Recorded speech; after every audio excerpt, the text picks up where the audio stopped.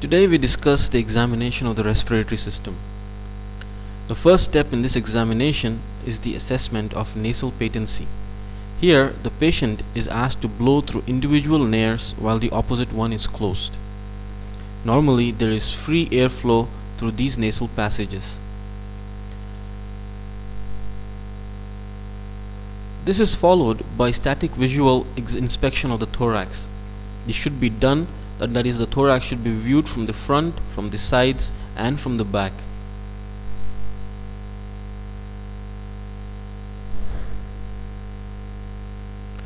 On inspection, we get an idea about the form of the chest.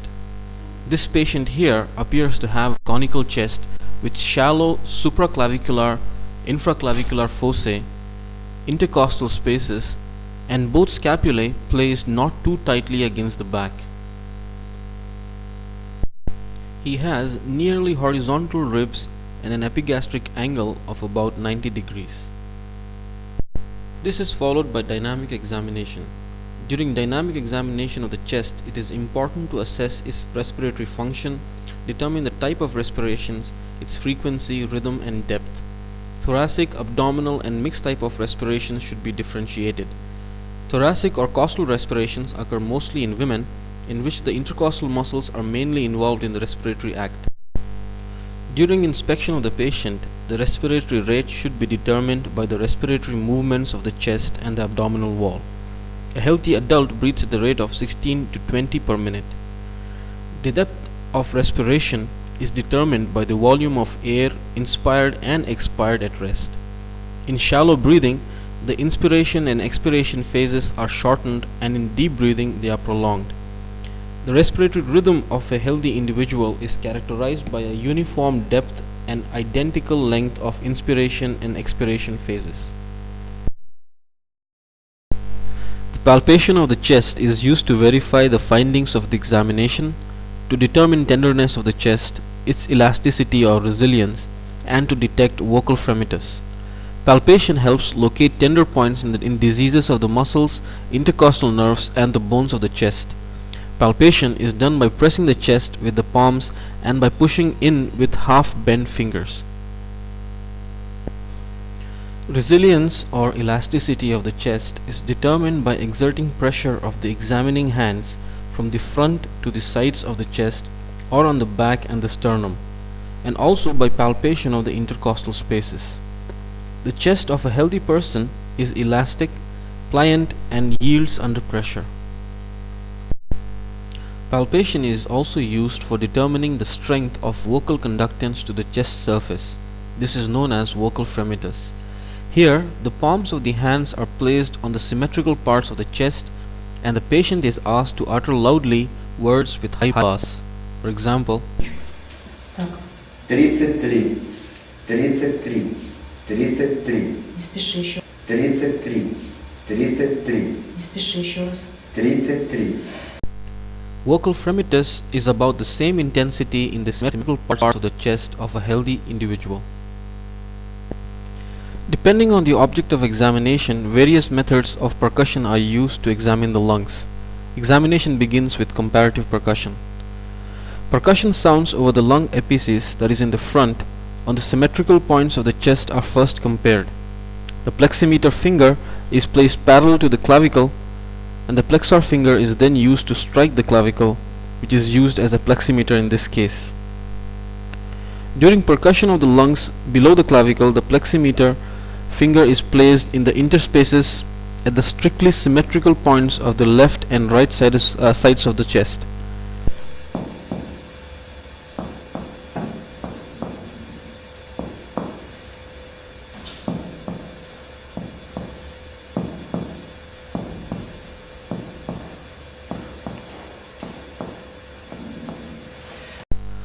For comparative percussion of the axillary region, the patient should raise his arms and clamp the hands at the back of the head.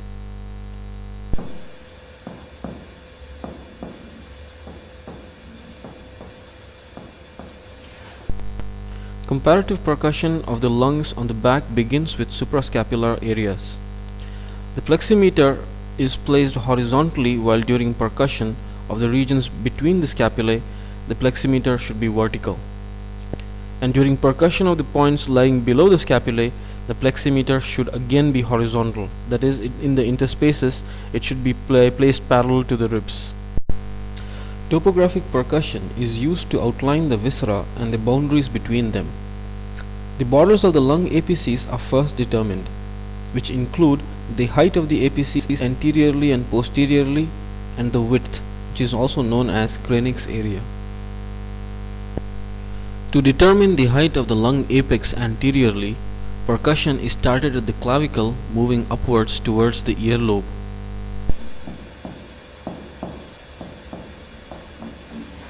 Normally, it is 3 to 4 centimeters above the level of the clavicle.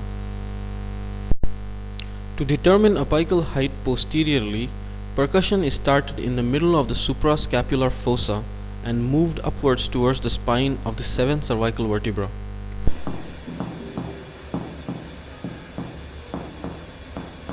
Normally, the height is just above the 7th cervical vertebra. To determine the width of the apex of the lungs, percussion is started at the middle of the trapezius and moved medially and laterally.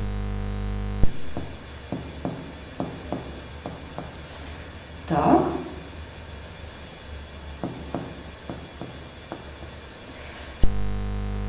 Normally, it is 6 to 8 centimeters wide. Next is the topographic percussion of the lung. In topographic percussion, to determine the lower edge of the lungs, we should use all the anterior lines of the body, that is, the parasternal line, the mid-clavicular line, the anterior axillary line, mid-axillary and the posterior axillary line. First is the parasternal line. Parasternal line is done only on the right side because on the left side you have the presence of the heart.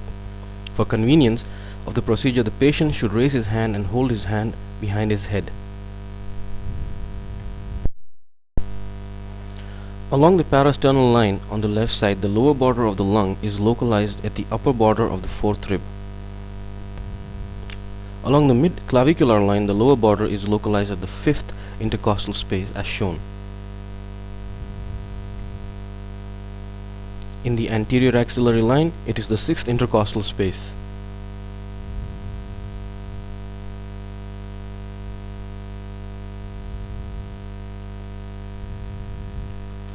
Along the mid-axillary line, it is the 7th intercostal space.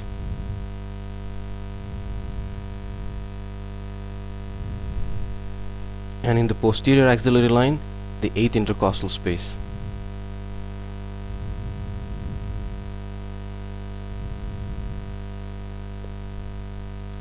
In the mid-scapular line, the lower edge of the lung is localized in the 10th intercostal space.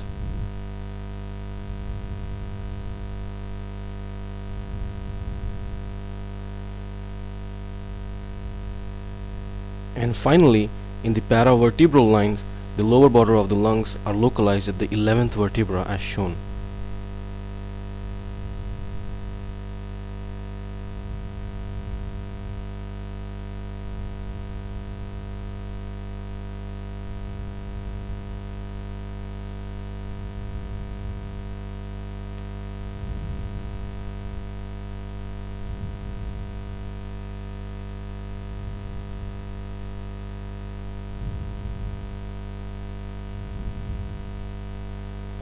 This is followed by determining the mobility of the lower border of the lungs. This exhibits the functional ability of the lungs and can be determined in all the anterior lines of the body. But the most informative is along the mid-axillary lines, as this is the area where the pleural cavity lies in direct contact with the chest wall. And when the patient inhales deeply, the pulmonary tissue can expand, but on the mid-clavicular line, this expansion is restricted due to the presence of the diaphragm. So, first, the lower border of the lungs are determined as usual.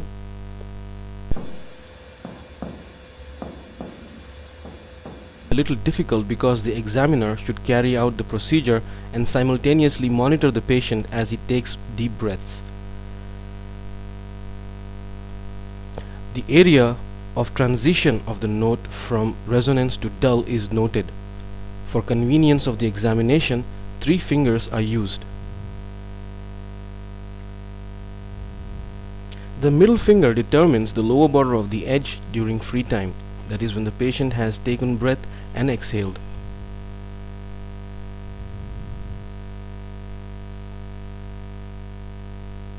The index finger follows the expanding lower border of the lung as the patient inhales deeply. The ring finger should determine the lower border of the lung when the patient exhales completely. So to determine this, the patient is asked to inhale deeply, hold his breath, the lower border of the lung when it is expanded is determined. After that, the patient is asked to exhale completely, and then the lower border is determined again.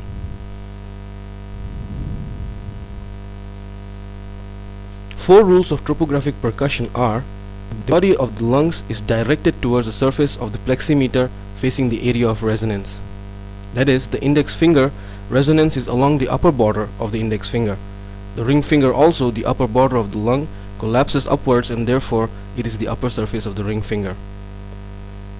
The mobility should be measured as per 2 points. In normal cases, the mobility is around 8 centimeters. The last step of examination is the auscultation of the lungs. This is the most informative step of examination of the respiratory system, but this is true only when auscultation is carried out correctly. During auscultation, the examiner should assess the phases of inspiration and expiration, and we should use different positions of the patient and also different techniques of auscultation. The first step is comparative auscultation, and it should be performed on symmetrical places of the chest and back.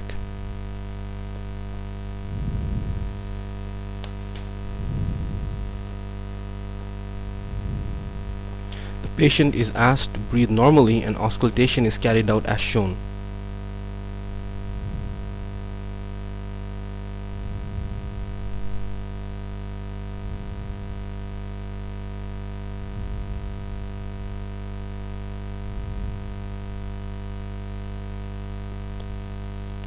Note that the hands are crossed in the front while auscultation is carried out over the back. This moves the scapulae apart.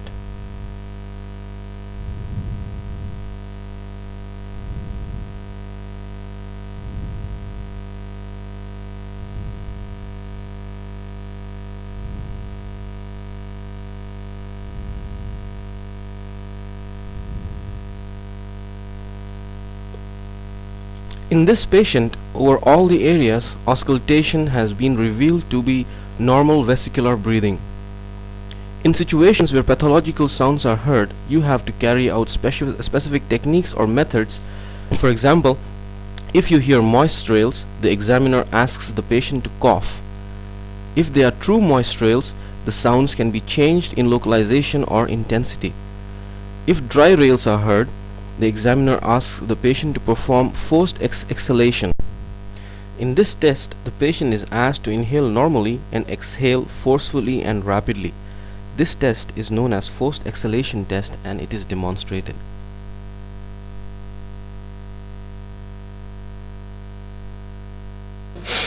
Вот так, еще раз. The next test is used to differentiate pleural friction rub from other sounds. This test is known as false breathing. Here, the patient closes his nose, and without opening the mouth, the patient is asked to breathe. If during this technique the examiner hears sounds, it is due to pleural friction rub. Other sounds which occur due to air passing through the bronchial tree are not heard in this technique. The last technique is bronchophony. This method is similar to vocal fremitus, and here a stethoscope is used and can be examined in the same areas as vocal fremitus. The principle of this technique requires the patient to speak words with ch or sh. For example, the words chaska chai. The intensity of sound is usually medium, not too loud and not too low.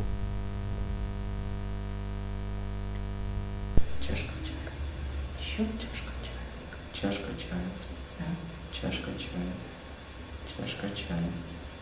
Чашка чая. Чашка чая. Ручки за голову. Чашка чая. Чашка чая. Чашка чая. Чашка чая. Чашка чая. чашка чая, Спиной, пожалуйста, руки опустил, взял замочек. чашка чая, чашка чая, чашка чая, чашка чая, чашка чая, чашка чая, чашка чая, чашка чая, чашка чая, чашка чая. Conduction of voice in this patient is symmetrical and of equal intensity in all areas of the lung.